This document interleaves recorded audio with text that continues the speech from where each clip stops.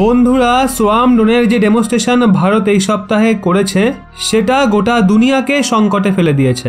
বিশেষ করে চীন এখন যেটা নিয়ে কাজ করছে, ভারত সেটার পরীক্ষাও করে ফেলেছে।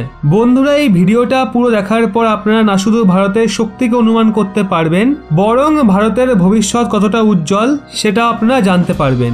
ভারত এর যে ডেমনস্ট্রেশন করেছিল সেটা নিয়ে আমরা আগের দিনে ভিডিও বানিয়েছিলাম।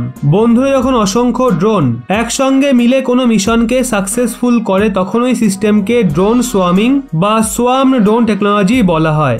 এতে একটা মাদার ড্রোন থাকে যার মধ্যে অনেক ছোট ছোট ড্রোন থাকে যেগুলো ভিন্ন ভিন্ন এলাকায় হামলা করতে সক্ষম। অধিক সংখ্যা হওয়ার কারণে শত্রুপক্ষের অ্যান্টি এয়ারক্রাফট গান ও মিসাইল এর ওপর অকৃতকার্য হয়। এই নতুন টেকনোলজি ভবিষ্যতে যুদ্ধের পুরো সিনকে বদলানোর ক্ষমতা রাখে। এই টেকনোলজি নো কন্ট্যাক্ট ওয়ারফেয়ার মানে মানুষের সংস্পর্শ ছাড়াই ভীষণই গুরুত্বপূর্ণ প্রমাণিত হবে। সোয়ার্ম ড্রোন শত্রু এলাকায় ভয়ঙ্কর ধ্বংসলীলা চালাতে সক্ষম। কম খরচ, হালকা ওজন এবং হাইটেক আর্টিফিশিয়াল ইন্টেলিজেন্স টেকনিকে পরিপূর্ণ এই ড্রোন যে কোনো লক্ষ্যকে বরবাদ করতে সক্ষম। সোয়ার্ম ড্রোন শত্রু এলাকায় সক্রিয় এয়ার ডিফেন্স সিস্টেম আর র্যাডারকেও ধোঁকা দিতে সক্ষম। ছোট আকারের কারণে র্যাডারও এই ড্রোনকে ধরতে বেশিরভাগ সময়েই ব্যর্থ হয়। এই ড্রোন নিজস্ব ক্যামেরা এবং আর্টিফিশিয়াল ইন্টেলিজেন্সের সহায়তায় টার্গেটকে ট্র্যাক করতে পারে। বন্ধুরা, এখন আপনারা সহজেই বুঝতে পারবেন ডিআরডিও কোন টেকনিকের ডেমনস্ট্রেশন করেছে। এখন বন্ধুরা, আপনারা সোয়ার্ম ড্রোনকে তো বুঝতে পেরেই গেছেন, কিন্তু ডিআরডিও এই টেকনিককেই প্রয়োগ করে একটা ফিউচারিস্টিক বিনাশকারী হাতিয়ার নির্মাণ করছে। বন্ধুরা, ডিআরডিও এই যে মিসাইল বানাচ্ছে, এর মতো টেকনোলজি আর মিসাইল না তো কোনো দেশের কাছে মজুত রয়েছে, আর না তো কোনো দেশ এই ধরনের মিসাইল বানানোর ব্যাপারে ভেবেছে। বন্ধুরা, এই মিসাইলের নাম ক্যাট হান্টার মিসাইল। এই মিসাইল অতি উন্নত এবং বিশেষ ধরনের মিসাইল হতে চলেছে। ক্যাট হান্টার মিসাইলের দুটো ভ্যারিয়েন্ট হবে। এর যে দ্বিতীয় ভ্যারিয়েন্ট হবে সেটা আরো বেশি ঘাতক এবং খতরনাক প্রমাণিত হতে পারে। ক্যাট হান্টার মিসাইলের পুরো নাম কমব্যাট এয়ার ট্রেন সিস্টেম।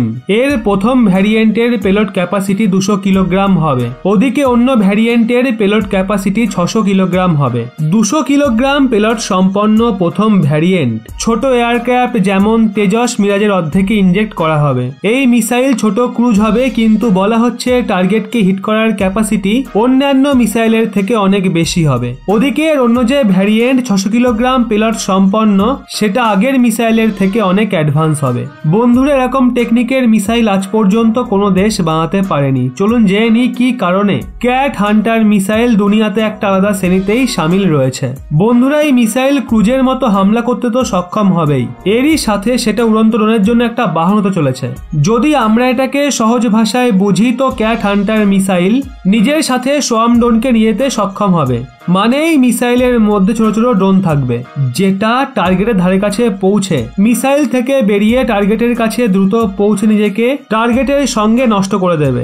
এর বিশেষত্ব হলো এখনো পর্যন্ত ড্রোন কেবল নিজের গতিতেই টার্গেটের কাছে পৌঁছাতো, কিন্তু এই মিসাইলের স্পিডের জন্য এর গতি এবং অ্যাকুরেসি দ্বিগুণ হয়ে যাবে।